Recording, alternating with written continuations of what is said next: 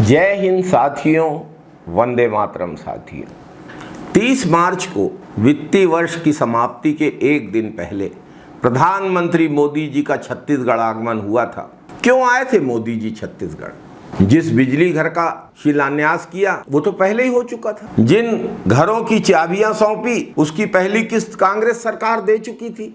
उद्घाटन शिलान्यास का दिखावा मात्र था। असल में मोदी जी अपने मित्र की मदद करने के लिए छत्तीसगढ़ आए थे। 30 मार्च को मोदी जी बिलासपुर आए, उन्होंने आवश्यक निर्देश दिए और अगले दिन से छत्तीसगढ़ सरकार लग गई उन निर्देशों को पूरा करने में। अदानी की खदान की जंगलों की कटाई फिर से शुरू हो गई मोदी जी के जाते ही।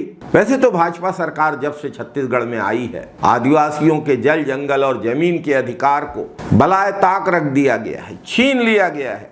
सब कुछ अदानी को सौंप दिया गया है, पर्यावरण को ताक पर रख दिया गया है, स्थानीय लोगों के अधिकारों की अनदेखी की जा रही है, जल जंगल जमीन के आदिवासियों के अधिकार को छीना जा रहा है, आदिवासियों को गांवों में बंद करके छीना जा रहा है। आदिवासियों के गांवों को पुलिस घेर लेती है चारों तरफ से और जंगलों की कटाई करने में लग जाता है वन विभाग का अमला।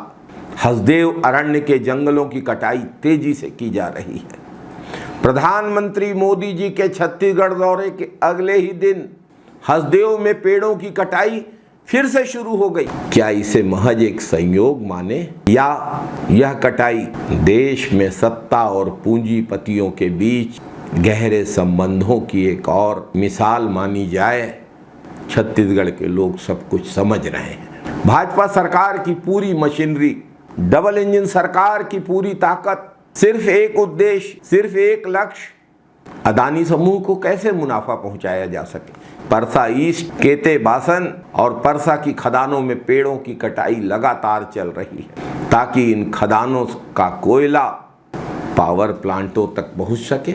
जिन राज्यों के विद्युत मंडलों के नाम से ये लीज ली गई है उन तक कितना कोयला जा रहा है, कितना जाना चाहिए, भगवान ही मालिक है।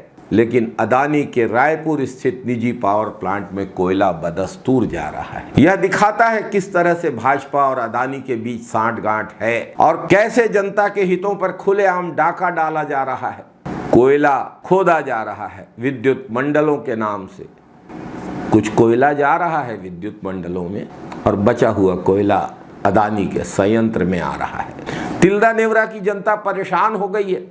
शहर की प्रमुख सड़क को रौंदती हुई कोयला लदी हुई गाड़ियों के आवागमन से। साथियों, जिस कोयले से तिल्दा नेवरा में बिजली बन रही है, रायखेड़ा के संयंत्र में बिजली बन रही है, वो कोयला उन राज्यों के विद्युत मंडलों के ताप संयंत्रों के लिए अनुपयुक्त है, इसलिए उसे अदानी जी यहाँ उपयोग कर रहे हैं। छत्तीसगढ़ की जनता को और देश की जनता को अब जागना होगा।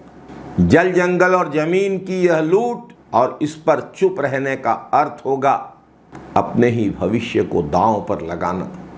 भाजपा की अदानी परस्त नीतियों को उजागर करने और इनके खिलाफ खड़े होने का वक्त आ गया है। राष्ट्रकवि रामधारी सिंह दिनकर ने कहा है, समर शेष है नहीं पाप का भागी केवल व्याध, जो तटस्थ है समय लिखेगा उनका भी अपराध। अगर हम आज नहीं जागे तो आने वाली पीढ़ियां हमको कभी माफ नहीं करेंगी। जय हिंद साथियों, वंदे मातरम साथियों।